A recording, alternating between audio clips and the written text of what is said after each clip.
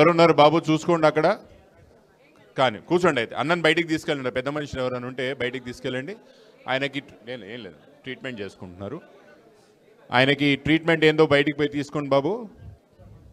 Right. ఒకసారి అందరూ ఏం లేదు, అన్నం చూసుకుంటారులే. ఏం చిన్నగా ఏదో ఇబ్బంది అయినట్టుంది. మనం ఎప్పుడన్నా ఇట్లాంటి కార్యక్రమాలు కలుసుకున్నప్పుడు రాజకీయాలతో పాటు ప్రాంతానికి ఏం జరుగుతుందని కూడా చర్చ పెట్టుకోవాలి. ఒట్టినే రాజకీయాలు టైంపాస్ కోసం ఎవరు లేం. తొలసొక్కాలు వేసుకోనో పెద్ద పెద్ద బండ్లు తిరగనికనో రాజకీయాలు ఉండొద్దు కూడా. సర్పంచ్లు కానికనో ఎంపీటీసీలు కానికనో చెప్పుకోనికనో చూపికోనికనో అట్లా కావద్దు.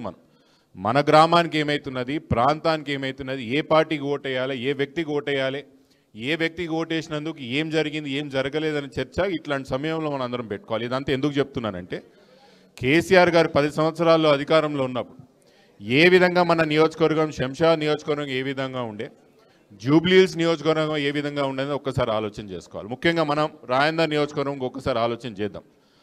ఆ రోజు మనం అధికారంలో ఉన్నప్పుడు ప్రకాష్ గౌడ్ గారు మనకు స్థానికంగా ఎమ్మెల్యేగా ఉన్నప్పుడు కేసీఆర్ గారు మనకు ఒక పెద్ద గిఫ్ట్ ఇచ్చిండు, ఒక పెద్ద వరం ఇచ్చిండు. ఏందది?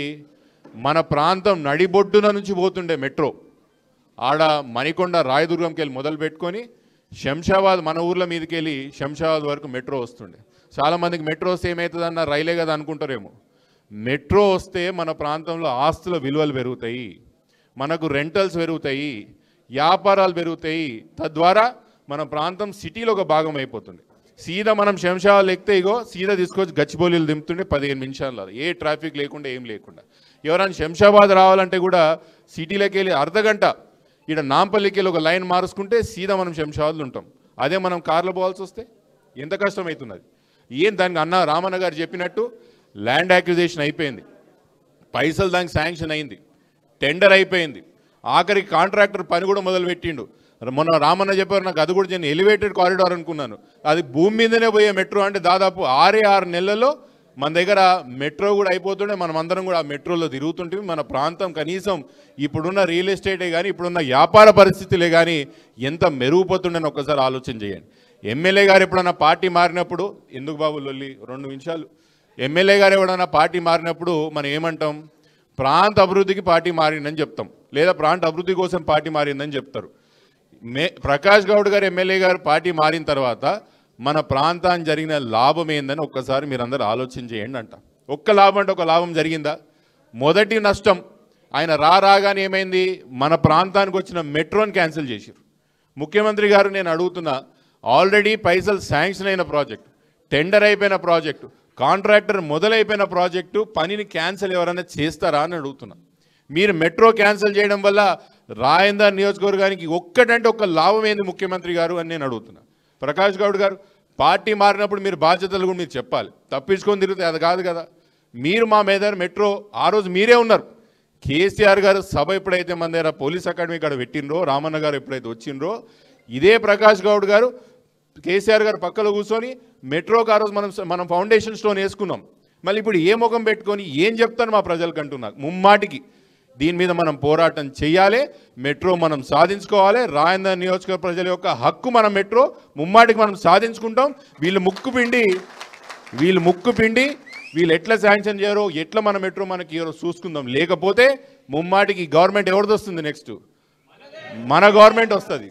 మన గవర్నమెంట్ వచ్చిన నెల రోజుల్లోనే రామన్నను పట్టుకొచ్చి మళ్ళీ కొబ్బరికాయ కొట్టించి మన మెట్రో మనం మొదలు పెట్టుకుందామని చెప్తా. ఇది ఆలోచన చేసుకోవాలి, మనం మాట్లాడాలి ప్రతిదర్యానం కూర్చున్నప్పుడు. ఇంకో విషయం, 30 సంవత్సరాల నుంచి పంచాయతీ పడుతున్నాం. ఏందా దరిద్రం? 111 జియో. ప్రకాష్ అన్న ఎప్పుడు ఏడికి పోయినా ఎందుకు పోతున్నావు అన్న అంటే 111 జియో కోసం పోతున్నా అని చెప్తాడు. ఏడికి పోతున్నావు అన్న అంటే 111 జియో ఏం పోతున్నావు? 111 జియో కోసం ఎక్కడ పోతున్నావు? దాని మీద అంతో ఎంతో పనిచేసిందంటే ముమ్మాటికి కేసీఆర్ గారు, కేటీఆర్ గారే దాని మీద పనిచేసిండ్రు. జియో 111ని జియో 69గా రూపాంతరం చేసి, నిజానికి కూడా మన బ్యాడ్ టైము గవర్నమెంట్ వచ్చింటే మాత్రం మన దగ్గర జోనింగ్ అయిపోతుండే, పర్మిషన్లు ఇస్తుండే, బాజాప్తగా ఇల్లీగల్ కన్స్ట్రక్షనే లేకుండా అనుకోకుండా మన దగ్గర అంత లీగల్ వెంచర్లతో మనం అందరం కూడా వెంచర్లు వేసుకుంటుండే. ఖచ్చితంగా మళ్ళీ చెప్తున్నా, మన గవర్నమెంట్ వస్తుంది, మనం స్థానికంగా మన ఎమ్మెల్యేగా గెలుస్తాం. గెలిచిన తర్వాత 111 జియోకి శాశ్వతంగా దరిద్రాన్ని ధరందుదామని చెప్తున్నాను. పర్మనెంట్ ఇంకా దీని మీద కొత్త ఆలోచనలు ఏం లేవు. దాన్ని పర్మనెంట్గా దాన్ని పారదోలుదాం. 3వ విషయం, రియల్ ఎస్టేట్ మస్తున్నదా? మస్తున్నది అనుకుంటున్నా. అసలే మన కాడ 111 జియో, అసలే మన కాడ 111 జియో. ఎవరైనా వెంచర్లు యాడ్ చేసినప్పుడు చూస్తూ చూడకుండా పోతే ఎవడన్నా వచ్చి కొనుక్కుంటాడు, అవునా లేదా? హైడ్రా అని చెప్పి వెనకాల ముడి కింద ఎవరైనా పెడితే ఏమైనా చేస్తారా? పెడతారా? ఎవరైనా వస్తుర్రా కొననీకే? మన కాడ హైడ్రా అయిపోయాయి, 111 జియో అయిపోయాయి, మార్కెట్లో మొత్తం ఖతం అయిపోయాయి. ఎవరైనా ఏమైనా 2 రూపాయలు చేసుకుందాం, బిడ్డ పెళ్ళికో కొడుకు చదువుకో ఏదైనా అవసరానికి ఏదో అమ్ముదామంటే కొననీకి కూడా ఎవడు వస్తలేడు, ఎవడు కొననీకి కూడా వస్తలేడు మన కాడ. ఇది మనం ఉన్నప్పుడు ఎట్లుండే, రామన్న మంత్రి ఉన్నప్పుడు ఎట్లుండే మన కాడ? ఆడ షావాద్లో మా అవినాష్ గాంధీ ప్రాజెక్ట్ తేవాలి, శంషాబాద్ లేవాలి మార్కెట్.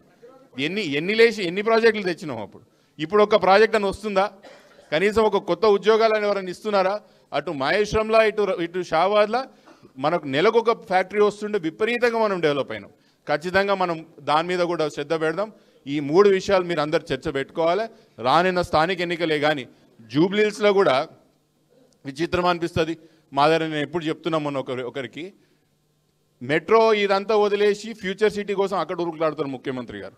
ఏమనంటే future city future city future city, ఫ్యూచరే కనిపించి ఫ్యూచర్ సిటీ కోసం ఫ్యూచర్ వేస్తున్న పనిలా ప్రజెంట్ సిటీకి ఫ్యూచర్ లేకుండా చేస్తున్నారు ప్రజెంట్ చీఫ్ మినిస్టర్ గారు. అసలు ఏంది సిటీ? 2 ఏళ్ళ నుంచి అడిగేటోళ్ళు ఎవరు ఉన్నారా? అప్పుడు రామన్న గారు మంత్రి ఉన్నప్పుడు strategic road development programme, strategic నాలా డెవలప్మెంట్ ప్రోగ్రామ్ అని ఉండే. ఎవరైనా రోడ్లు గుంతలు పడితే మెయింటెనెన్స్కో, డ్రైనేజ్ మిగిలితే మెయింటెనెన్స్కో కాంట్రాక్టర్లకు మనం ముందే డబ్బులు అడ్వాన్స్లు ఇచ్చో, లేకపోతే అట్లా పద్ధతి కూడా నడుస్తుండే. ఇప్పుడు హైదరాబాద్ అంతా ఎక్కడ చూసినా గుంతలు, డ్రైనేజ్ ఎక్కడ చూసినా పొంగుతున్నది. ఇదే 2 సంవత్సరాల కింద ఇవే రోడ్లు మంచిగా ఉండేనా? ఇవే డ్రైనేజ్లు మంచిగా ఉండేనా?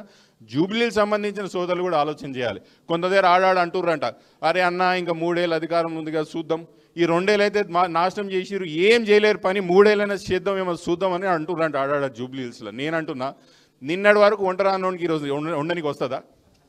నిన్నటి వరకు పనికిరానోడు పనికొస్తాడా ఈరోజు? 2 ఏళ్ళు ఏం పని చేయనోడు 3 ఏళ్ళు ఏం చేస్తాడు అంటున్నా. కనీసం గుంతలు కూడా పూడ్చనీకి వస్తలేదు. జూబ్లీహిల్స్ నియోజకవర్గంలో గత 2 సంవత్సరాల నుంచి మెయింటెనెన్స్ లేదు. నేను లోకల్గా జూబ్లీహిల్స్, నాకు తెలుసు కదా, మన నియోజకవర్గాలు చాలా మేలు. హైదరాబాద్ సిటీలో 2 సంవత్సరాల నుంచి ప్రజెంట్ సిటీలో ఎటువంటి మెయింటెనెన్స్ లేదు. ఇదేగా మనం ఇంకా జూబ్లీహిల్స్ సోదరులు ఎవరైతే ఇక్కడికి వచ్చిండ్రో మీరు అర్థం చేసుకోవాలా. మనం ఖచ్చితంగా బుద్ధి చెప్పాలన్న ఆలోచనతో మాత్రం మనం ఓటు వేయకపోతే మాత్రం 3 సంవత్సరాలు మన దిక్కు చూసిటోడు ఉండడు. జూబ్లీహిల్స్లో ముమ్మాటికి మనం గెలుస్తున్నాం, గెలవాలా తెలంగాణ మంచిగా అని చెప్తున్నా.